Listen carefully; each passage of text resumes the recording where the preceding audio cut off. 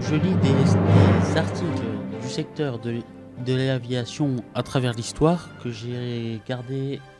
Alors, 1780, le premier vol habité de l'histoire. L'expérience aérostatique se déroula le 19 septembre 1783 dans l'avant-cour du château en présence de Louis XVI et de sa famille. Joseph Michel et Jacques Étienne, montgolfiers, se livraient depuis quelque temps à des essais autour d'une pièce de tissu gonflée par un feu de laine et de paille. Un premier vol s'étant révélé concluant avec un ballon captif. On les avait invités à le renouveler devant le roi. Encollé de papier sur les deux faces, le ballon portait un décor bleu azur avec deux ailes entrelacées et divers ornements dorés. Au premier coup de canon, un mouton, un canard et un coq prirent place à bord de la nacelle. Un second coup annonça le décollage. À la stupéfaction générale, le ballon s'éleva à 500 mètres au-dessus de la foule, puis il redescendit 8 minutes plus tard sous les acclamations. Le public se précipita pour voir si les animaux étaient vivants. Baptisé Monte-au-Ciel, le mouton aéronaute finit paisiblement ses jours dans la bergerie de la reine. 1909. Frères Wright volent de 3 km. Les deux frères Wright se sont lancés du haut d'une colline de sable sur un planeur doté d'un moteur et ont pour la première fois atteint un vol de 3 km à 30 km/h de moyenne, en s'appuyant sur un vent contraire. Santos Dumont s'est envolé. 23 octobre. Hier à 4h30 de l'après-midi, Santos Dumont et son aéroplane ont, sur la pelouse de Bagatelle, quitté terre et dans un vol impressionnant, plané pendant plus de 60 mètres. La performance est officielle. Elle a d'ailleurs été l'objet d'un procès-verbal qui enregistre et consacre l'exploit auquel Santos Dumont doit être le vainqueur d'un nouveau concours aéronautique, le prix Arch Deacon réservé aux aéroplanes. Illustré dans la catégorie des plus légers que l'air, Santos Dumont vient de s'illustrer magnifiquement dans celle des plus lourds que l'air, qui semble devoir seul conduire à une conquête décisive du troisième et fluide élément. Il est en effet le premier qui, dûment contrôlé, ait réussi par les seules ressources de son aéroplane à quitter terre et à voler. Les retentissantes expériences des deux aventuristes américains, les frères Wright, n'eurent en effet point de témoins. Elles ont été l'objet de controverses multiples. Et si on ne doute pas de leur réalité, il semble que de ce fameux aéroplane transatlantique, il n'y ait jamais que le doute qui ait plané. Le ballon dirigeable du comte von Zeppelin. Le comte von Zeppelin a fait contre le vent le tour du lac de Constance à bord d'un navire aérien dirigeable en aluminium, descendant sans anicroche ni avarie au large d'Immenstadt, soit une petite promenade par Las Nubes de 35 milles, au cours de laquelle l'équipage, composé de 5 personnes, le comte von Zeppelin, l'inventeur tout d'abord, puis le baron Konrad Bassus, M. Eugène Wolf, l'ingénieur Burr et le mécanicien Gross, autant de noms à retenir, semble n'avoir jamais cessé d'être maître de sa monture. Le succès de la dernière tentative de l'aventureux inventeur ne manquera pas de faire une sensation énorme, non seulement dans le monde des initiés et des aficionados, mais même dans le monde des profanes. Assurément, il serait prématuré de dire que l'irritant problème sur lequel ont en vain pâli tant de chercheurs, qui parfois même en sont morts, depuis Igard jusqu'à Lilienthal, est enfin résolu. Nous attendrons pour cela que le comte von Zeppelin se décide et réussisse à pousser jusque Paris, aux acclamations unanimes de l'univers entier. Mais il n'en est pas moins certain qu'un grand pas paraît avoir été accompli. Sans doute la promenade de l'aéronef s'est terminée par un plongeon, puisque c'est en plein lac, à 300 mètres de la rive, que la descente a dû s'effectuer. Soit, mais tout concourt à établir que, sûr de la flottabilité de l'appareil et redoutant les hasardeuses brutalités de l'atterrissement sur le plancher des vaches, l'équipage l'avait fait exprès. 1910. Roland Garros, champion des airs, en 1912.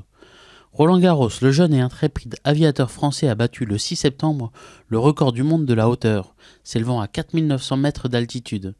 Il a réussi son exploit à bord d'un Blériot monoplan d'un type nouveau, spécialement étudié pour les grandes escalades.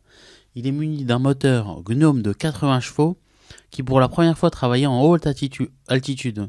Sous le capot avant, le cockpit, un réservoir d'oxygène avait été fixé pour permettre à l'aviateur, armé d'un appareil respiratoire, de ne pas être indisposé par l'effort dans les sphères où l'air est raréfié. Une fatale expérience à la Tour Eiffel. Le jeune inventeur François Reichelt a procédé à une expérience qu'il avait annoncée d'un vêtement parachute imaginé par lui pour protéger les aviateurs lancés à travers l'espace dans un capotage de leur aéroplane.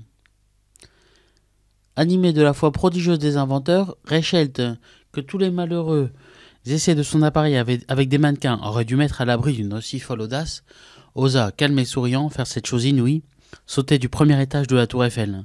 Hélas, comme il était trop facile de le prévoir, l'appareil ne fonctionna pas, et dans un choc effroyable, l'homme s'est broyé sur le sol qu'il défonça. 1914. Les femmes pilotes affrontent le danger. Nous avons dans un article consacré à Mademoiselle Marvint, surnommée la fiancée du danger, signalé la bravoure des femmes, et nous disions que dans tous les sports qui n'exigeaient pas une puissance physique considérable, elles se montraient aussi intrépides et virtuoses que les hommes. Nous ajoutions que la locomotion aérienne avait toujours particulièrement fourni aux femmes l'occasion de manifester leur goût et leur mépris pour le danger. 1915.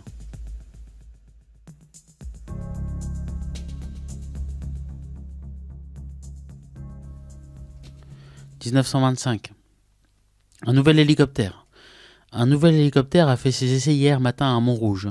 C'est celui d'un inventeur français, M. Douheret, qui depuis plusieurs années s'efforce de résoudre le problème du vol vertical. L'appareil, qui est ému par un moteur de 120 chevaux, a réussi à quitter le sol pendant quelques secondes avec son constructeur comme pilote. Un second essai a eu lieu avec les mêmes résultats. M. Douheret, qui va poursuivre la mise au point de son hélicoptère, fera de nouvelles expériences d'ici quelques jours. La vérité sur l'aéropostale. L'aéropostale, cette magnifique entreprise française convoitée par l'étranger, qui dessert 25 pays, relie 3 continents, accroît notre prestige dans le monde, est mise en péril par l'inconcevable inertie du gouvernement. Tirant prétexte du passif important de l'aéropostale, mais qu'en aurait-il été de cette brillante affaire qu'est le canal de Suez si l'on avait arrêté leur concession au bout de 10 années d'exploitation? Le gouvernement temporise. La convention qui devait donner à l'aéropostale les moyens de vivre si souvent promis n'a même pas encore été soumise au Parlement, alors qu'elle devrait y venir d'urgence. On eût voulu étrangler l'affaire pour servir des intérêts rivaux, qu'on n'eût point adopté une autre attitude. Si l'on sait qu'une telle manœuvre fait le jeu d'une grande banque internationale trop puissante dans l'État, qui entend garder la haute main sur les opérations financières avec l'Amérique du Sud et qui souhaite donc ardemment la ruine de l'aéropostale et de son groupe bancaire, tout devient malheureusement trop clair dans l'inexplicable attitude parlementaire, et les Français avertis comprendront tout de suite pourquoi messieurs Moche, Blum et leurs amis sont les plus acharnés à cette besogne antinationale. Le mystère de la première traversée de l'Atlantique. Pour l'histoire, l'exploit a été accompli par Lindbergh le 21 mai 1927, mais un homme seul soutient que les Français Nungesser et Colly ont bien été les premiers à franchir l'Atlantique 2 jours avant l'Américain. Et si la première traversée de l'Atlantique en 1927 n'avait pas été l'œuvre de l'Américain Charles Lindbergh, mais des 2 Français Charles Nungesser et François Colly? Depuis des années, Bernard Dacré, passionné d'aéronautique, veut changer le sens de l'histoire. Avec le même acharnement que celui des bâtisseurs d'avenir, ce septuagénaire fougueux avance avec méthode ses pions sur la toile du passé. Des preuves dénichées aux 4 coins du monde et qui établissent selon lui qu'aux Français ont bien traversé l'Atlantique d'est en ouest. Mais leur avion jamais retrouvé se serait abîmé en mer non loin de Saint-Pierre-et-Miquelon, le 9 mai 1927, soit 12 jours avant le même exploit réalisé en sens inverse par l'Américain Charles Lindbergh à bord du célèbre Spirit of St. Louis. La seule prouesse qui à ce jour fait date dans la fascinante épopée de l'aviation. 1933.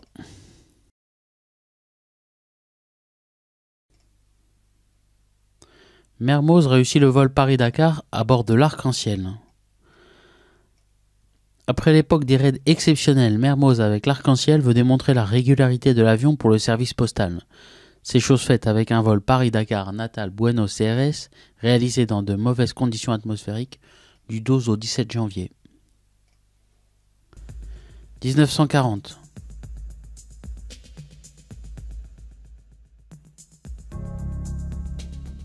1945.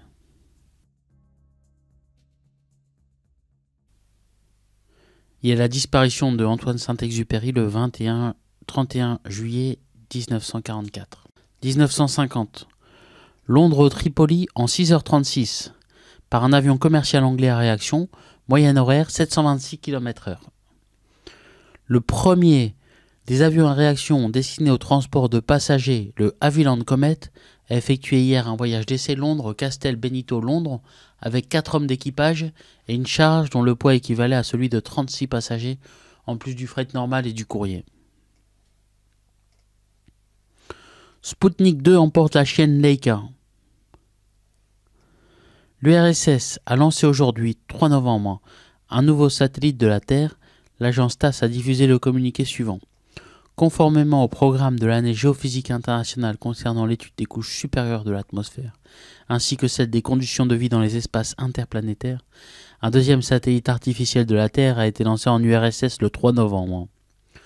Ce deuxième satellite construit en URSS est constitué par le dernier étage d'une fusée porteuse et renferme des containers avec des instruments de mesure. À bord du satellite se trouvent des appareils pour l'étude du rayonnement solaire dans le domaine des ondes ultra courtes, un appareillage pour l'étude des rayons cosmiques, de la température et de la pression et des rayons X. Le satellite comporte en outre un conteneur hermétique dans lequel se trouve un chien avec un appareil de conditionnement d'air, des réserves de nourriture et des instruments pour l'étude du comportement de l'animal dans les espaces interplanétaires, et enfin des appareils pour la transmission sur Terre des données scientifiques obtenues. 2 postes émetteurs fonctionnant sur les fréquences de 40 002 MHz et 20 005 MHz, soit 7,30 mètres et 15,2 mètres de longueur d'onde environ. 1969.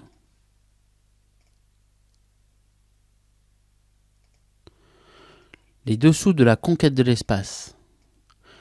Nous sommes au printemps 1961. John Kennedy parle d'une nouvelle frontière et met en avant la vigueur de la jeunesse. Il est à la tête du pays depuis à peine 4 mois et avril a été le plus cruel.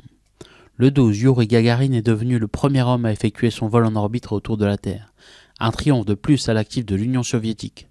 Il s'écoulera plus d'1 mois avant l'envoi du premier astronaute américain dans l'espace, Alan Shepard, pour un vol suborbital de 15 minutes.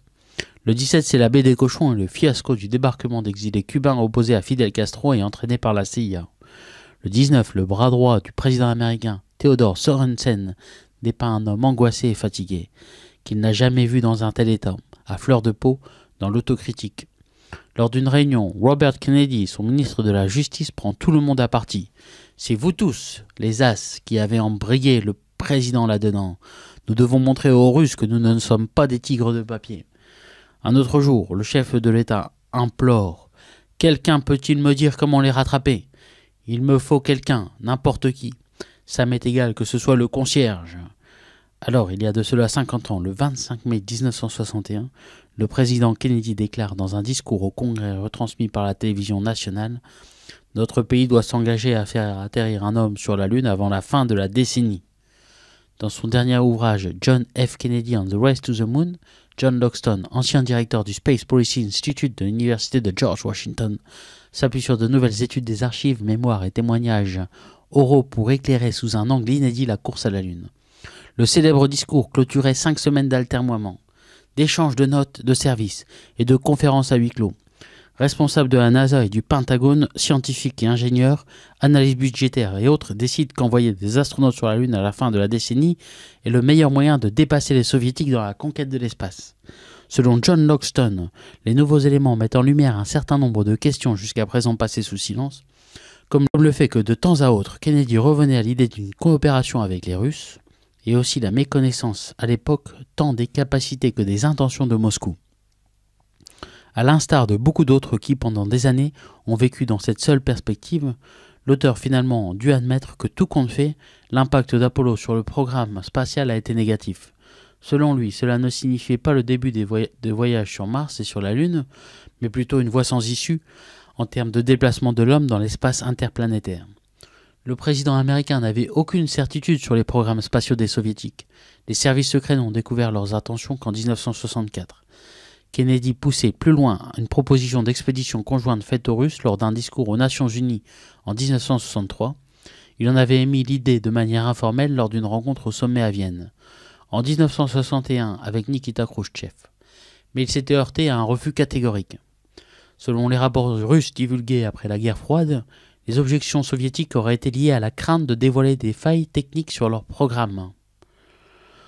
Selon l'historien Walter McDougall, auteur de The Events and the Earth, A Political History of the Space Age, les messages réguliers de Kennedy sur la coopération spatiale étaient uniquement une question d'image.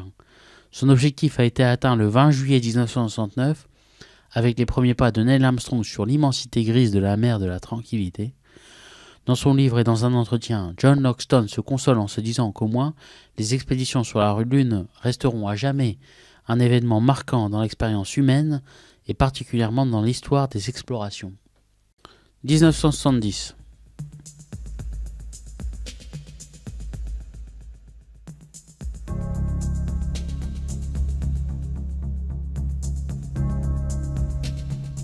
« 1975.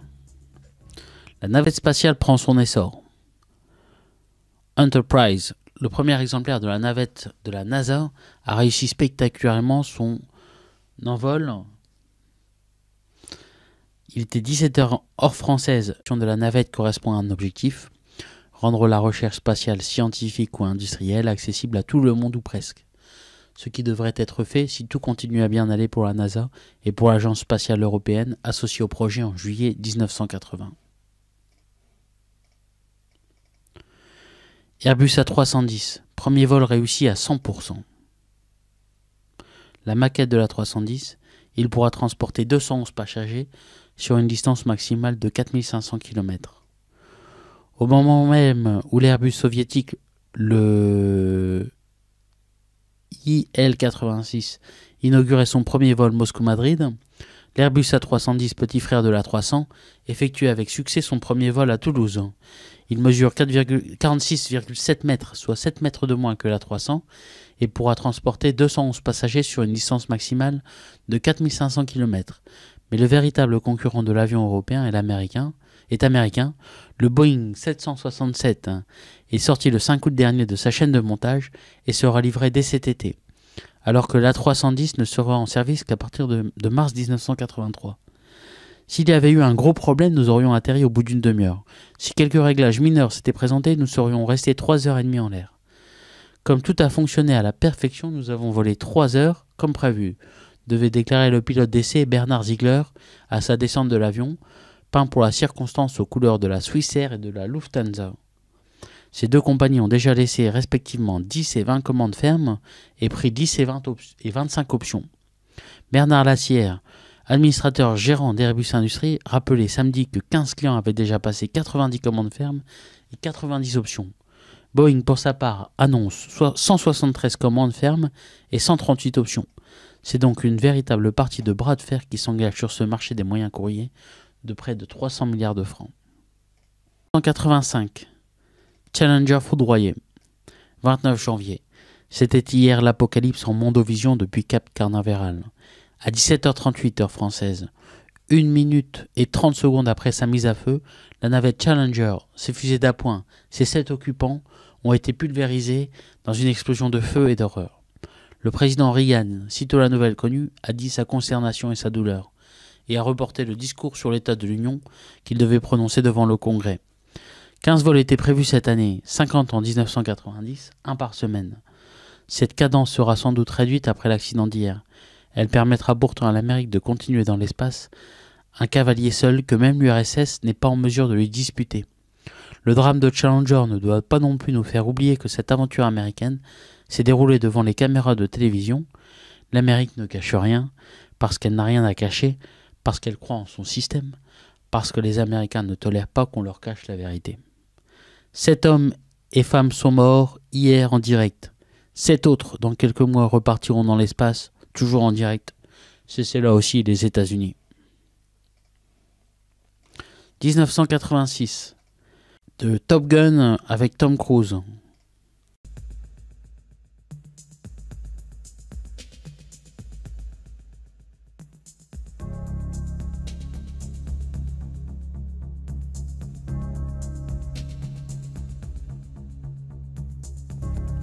1993.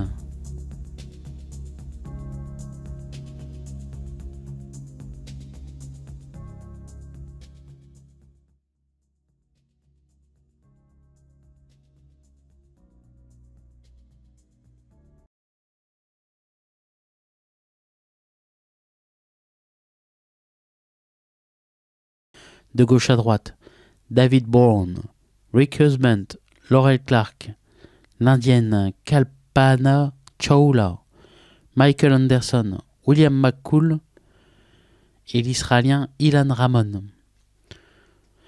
Au terme de sa 28e mission, la navette spatiale américaine Columbia aurait dû se poser à 15h-16h de Paris à Cap Canaveral.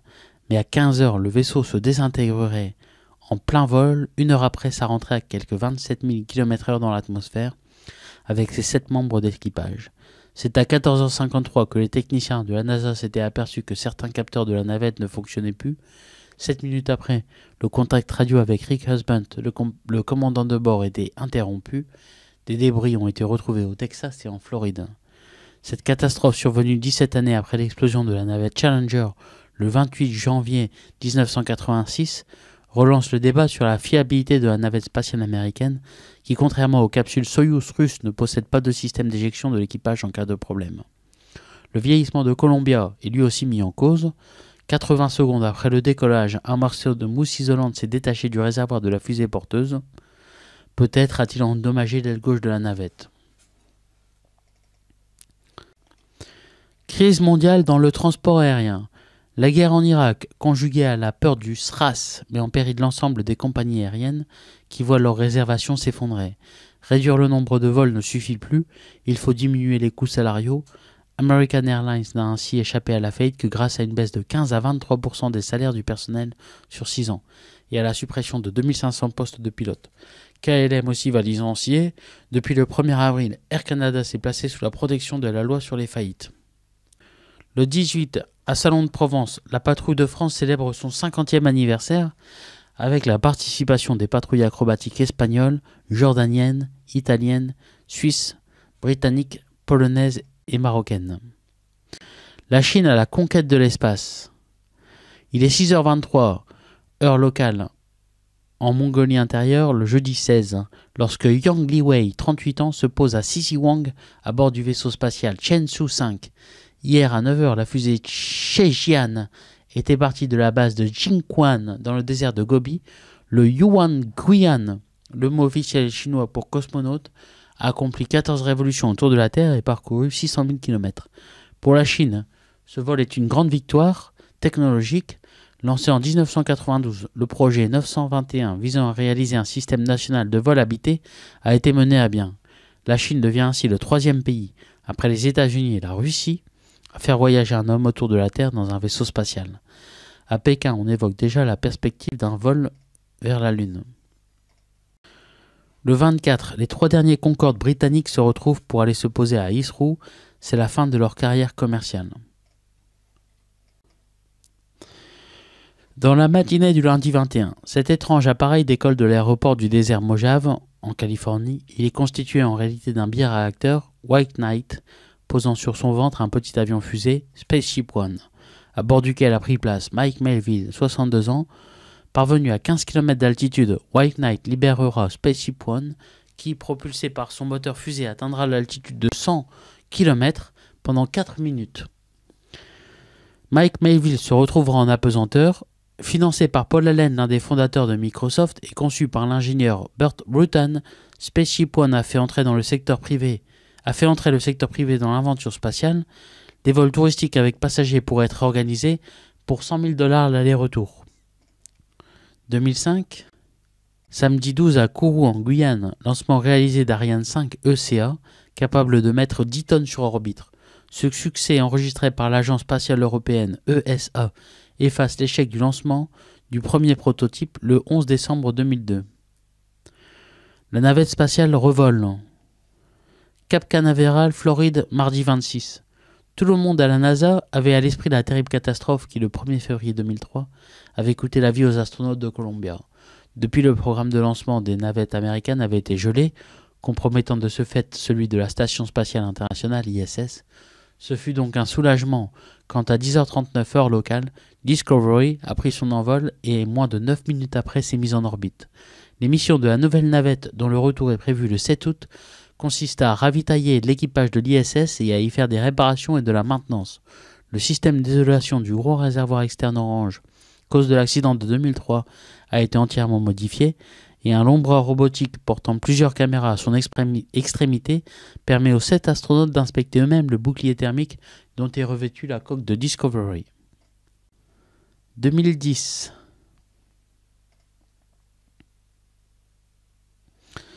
British Airways et Iberia ont finalement scellé leur union. Les Échos du 16 novembre 2009 annonçaient une fusion entre British Airways et Iberia. Ce rapprochement entre le britannique et l'espagnol était alors jugé inquiétant pour le monde de l'aérien, notamment pour les suppressions d'emplois qu'il allait générer. L'accord de fusion définitif n'est finalement intervenu qu'en avril. Le rapprochement effectif des deux compagnies aériennes ne devant intervenir qu'en janvier 2011 au sein du holding international Airlines Group IAG, dans lequel British Airways est majoritaire. Cette barrière commune sous laquelle les deux compagnies continueront à opérer avec leur propre marque doit néanmoins générer 400 millions d'euros d'économies d'échelle par an. Depuis l'annonce de cette fusion, les deux compagnies ont vu leur compte se redresser. Le porte-drapeau britannique affiche son premier bénéfice semestriel en 2 ans, 158 millions de livres, soit 186 millions d'euros, après une perte de 292 millions de livres un an plus tôt, et voit sa recette par siège progresser de 17%. Même constat pour Iberia, avec un bénéfice de 53 millions d'euros sur les 9 premiers mois de l'année, contre une perte de 182 millions un an plus tôt. Premier vol d'essai captif de la navette Virgin Galactic. La navette spatiale dans laquelle le milliardaire Richard Branson compte transporter des touristes dans l'espace a effectué son premier vol d'essai sous l'aile de son vaisseau père au-dessus du désert de Californie. En théorie, VSS Enterprise et le Chevalier Blanc sont censés se séparer l'un et de l'autre à environ 60 000 pieds, 18,3 km de la Terre. Une fois dans l'espace, les touristes pourront observer la Terre depuis leur siège à travers les hublots. Virgin Galactic prévoit de nouveaux vols d'essai dans le courant de cette année et en 2011. Si tout se déroule comme prévu, les premiers passagers payants de VSS Enterprise, qui peut transporter 6 personnes, devraient s'élancer l'année prochaine. Ils ont déboursé aux alentours de 200 000 $ pour la promesse d'un voyage dans l'espace. La société de Branson a dit avoir déjà recueilli 45 millions de dollars versés par un total de 330 candidats à l'aventure. 2011.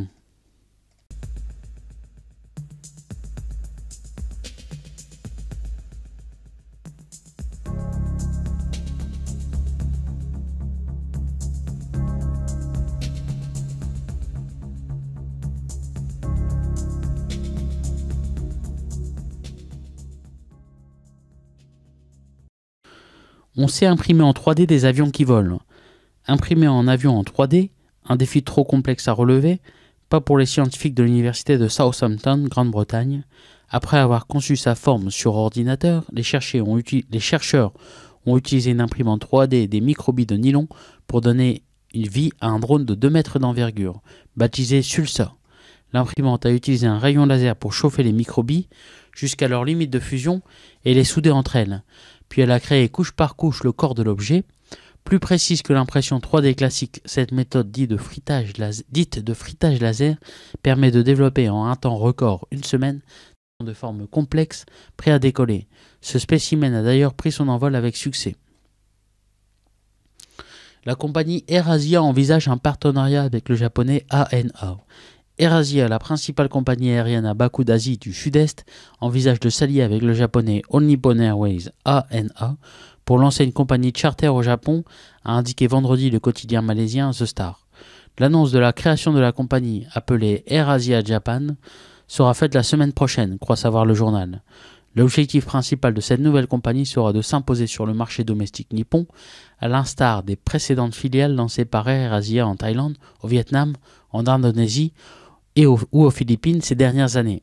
Sa filiale long courrier AirAsia X dessert déjà l'aéroport de Tokyo Haneda.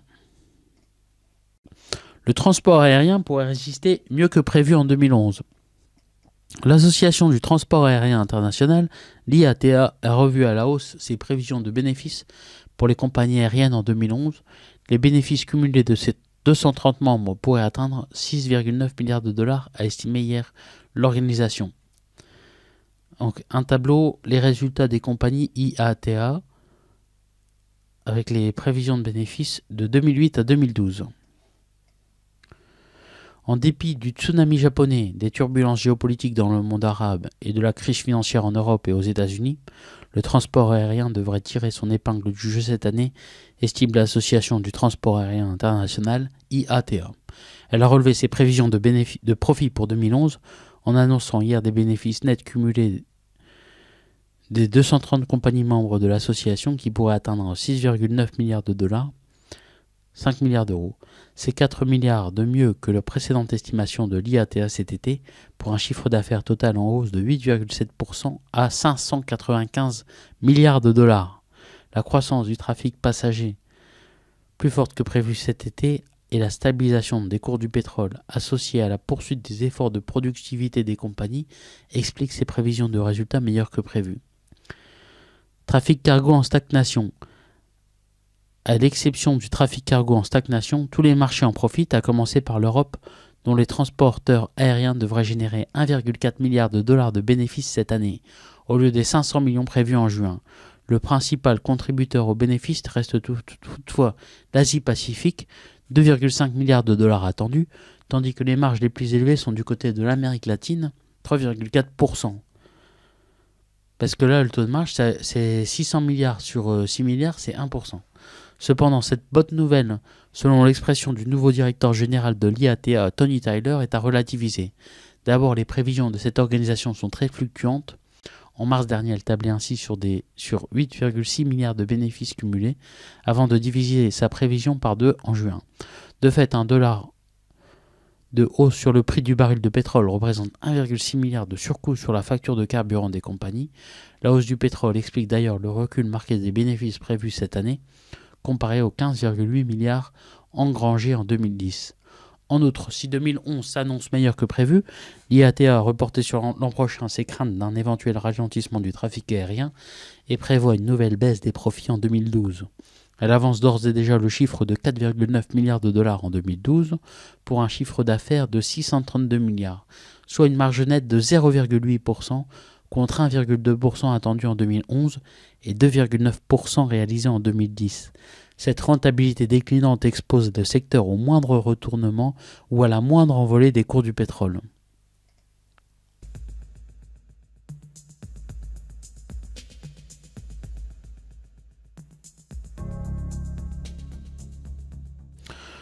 Lufthansa s'inquiète de l'offensive des compagnies du Golfe. Le patron de la première compagnie allemande craint une mainmise de l'aéroport de Dubaï sur le fret aérien international. Le trafic passager est également déséquilibré par l'offensive des transporteurs en provenance des pays du Golfe.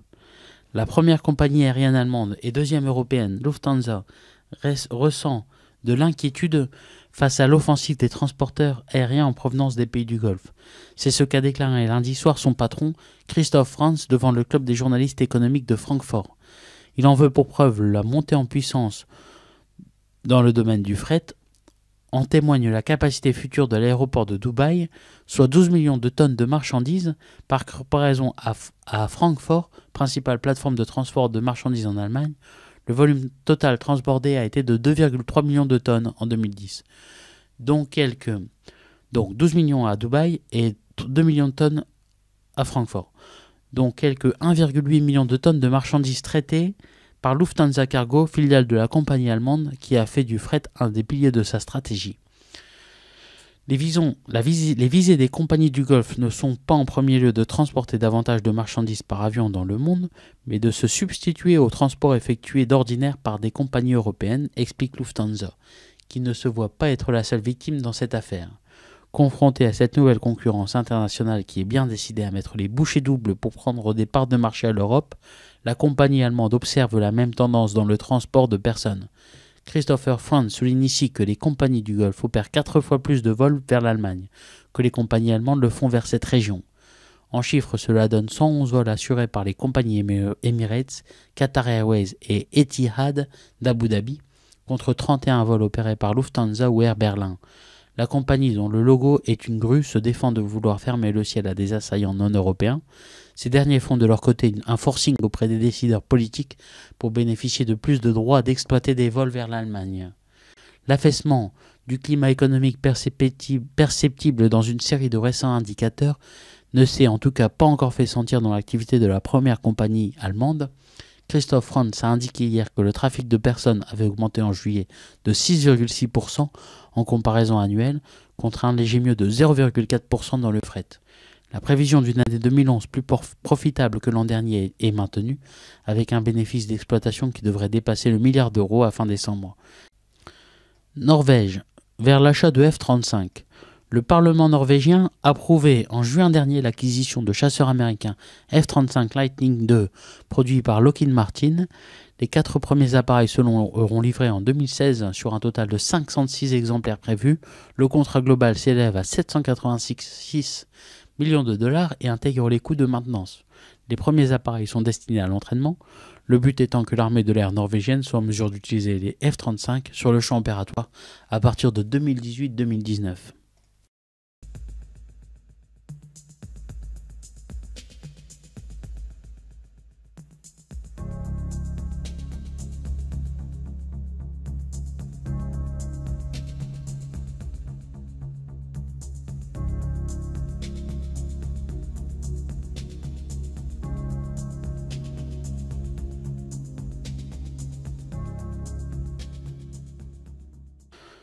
« 2012.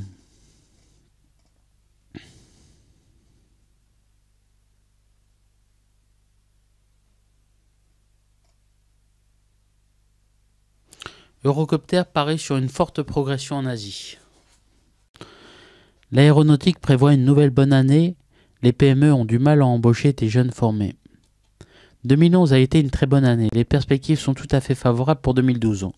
On aura encore une croissance forte, a affirmé mercredi Jean-Paul Hertemann, président du groupement des industries françaises aéronautiques et spatiales, GIFAS, qui regroupe près de 300 sociétés grandes et petites. L'an dernier, les commandes ont progressé de 17% pour atteindre 53,9 milliards d'euros grâce au succès de l'Airbus A320 Neo, des avions régionaux ATR et du moteur LEAP qui équipe les Airbus A320 Neo, les B737 MAX et le C919 du chinois Comac. Elle représente 4 années de production. Le secteur demeure le premier exportateur français avec 23,5 milliards d'euros d'exportation, soit 77% de son chiffre d'affaires consolidé. Les investissements en recherche ont représenté 15% du chiffre d'affaires, 38,5 milliards d'euros. Ils n'ont jamais été aussi élevés. L'innovation est la clé du succès, a assuré Jean-Paul Hertemann. Mais certains secteurs se portent mieux que d'autres. Le chiffre d'affaires de l'industrie spatiale est stable à 4 milliards d'euros. La défense est dans l'incertitude.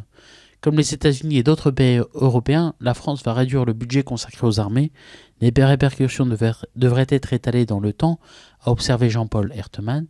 Il estime qu'il existe un fort consensus chez les dirigeants politiques de toute tendance pour préserver l'industrie de défense et son dynamisme. Dans l'aéronautique, Airbus, Safran, Zodiac et les autres entreprises bénéficient de la bonne résilience du trafic mondial, qui demeure orienté à la hausse. Les compagnies low-cost s'équipent, les Américains achètent des appareils moins gourmands en kérosène, comme l'Airbus A320 Neo. Dans l'aviation d'affaires, on sent un léger frémissement, a constaté Jean-Paul Hertemann. Taxe carbone, l'Europe ne peut pas s'isoler. Malgré des perspectives prometteuses, l'industrie aéronautique a du mal à trouver tout le personnel dont elle a besoin. Elle a certes augmenté l'an dernier ses effectifs en France de 3,2% pour atteindre 162 000 salariés. Elle a notamment recruté 13 000 salariés et formé 4 500 apprentis. Mais elle aurait pu embaucher davantage. Les PME n'attirent pas les jeunes, elles souffrent d'un manque de notoriété. Afin de changer la donne, le secteur peut désormais former des apprentis dans un grand groupe et l'un de ses sous-traitants. Mais cette mesure ne suffira pas. Il existe un problème de l'offre et de la demande. L'offre de l'éducation nationale est-elle au niveau de notre demande? Je ne le pense pas, affirme Thierry Voiriot, président du comité Aéro-PME de GIFAS. Autre dossier difficile, la décision de l'Europe d'imposer depuis le 1er janvier une taxe carbone aux compagnies aériennes du monde entier. Cette mesure a provoqué un formidable tollé. La Chine menace de geler 55 commandes d'Airbus. Soucieux d'éviter une guerre commerciale qui pénaliserait l'industrie aéronautique française, le président du GIFAS regrette que cette décision que l'Europe ait pris cette décision de manière unilatérale. Il a plaidé pour qu'une solution soit trouvée au niveau international. L'Europe ne peut pas s'isoler, a conclu Jean-Paul Hertemann. La filière hélicoptère française inquiète pour son avenir. Les compagnies privées réalisent des missions d'intérêt général, à l'instar de la société Mont-Blanc Hélicoptère, qui est sous contrat avec le SAMU. L'UFH, le syndicat professionnel, redoute l'impact d'une nouvelle directive européenne sur l'activité et sur l'emploi. La France est un pays unique au monde. Il est, grâce à Eurocopter, leader mondial des hélicoptères civils, et il est aussi le premier producteur de textes qui les empêche de voler. Un paradoxe bien français. La filière française, qui représente 33 000 emplois, est menacée par un excès de réglementation. Un schéma sur l'aéronautique tire l'export. Donc on voit le solde commercial en 2002, 9 milliards, en 2011, 18 milliards. Les avions du futur.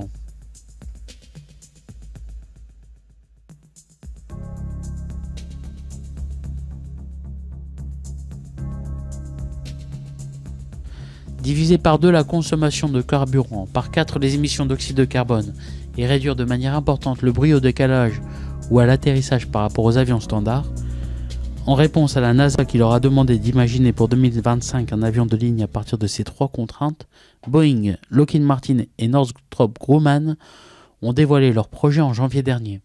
Des ébauches conçues dans un premier temps pour transporter 224 passagers sur 15 000 km à une vitesse légèrement inférieure au mur du son, Mach 0,85. Sans surprise, les 3 principaux avionneurs américains ont abandonné la configuration classique. Boeing et Northrop Grumman ont choisi de redonner vie à un vieux rêve d'avionneur, l'aile volante, où tube et aile ne forment qu'un. Les ailes volantes présentent a priori le meilleur rendement aérodynamique pour un volume interne important et une masse de structure assez faible, explique Jean Hermès de l'Office national d'études et de recherche aérospatiale ONERA. On pourra ainsi à terme embarquer beaucoup plus de passagers que ce que peut transporter l'A380 d'Airbus, qui dispose selon les modèles de 525 à 853 sièges.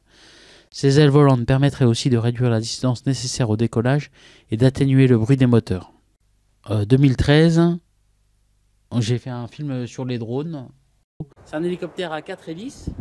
Il est piloté, le joystick c'est un téléphone portable du type smartphone. Ça comment ça se présente à l'écran. J'appuie sur pilotage.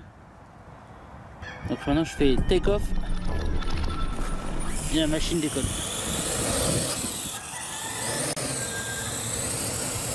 To go, ready to go, go.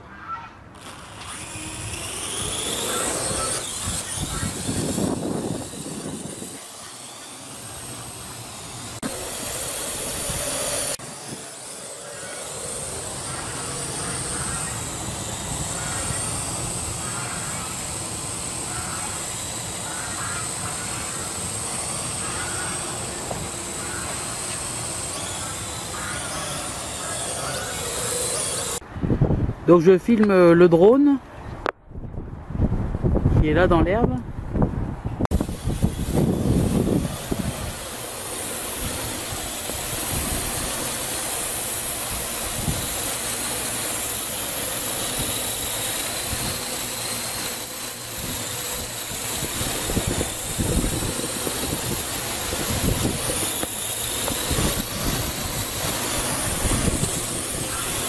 Putain de guêpe. Take off.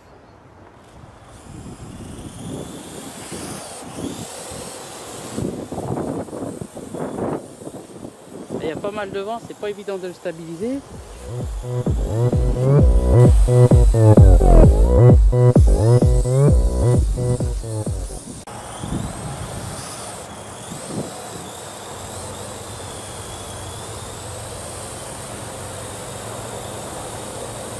Ah, c'est bien.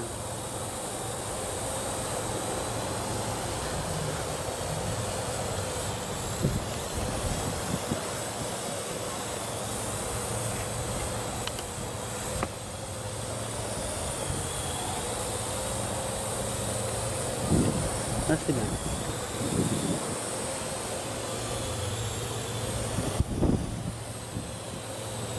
Allez, avance. Avance.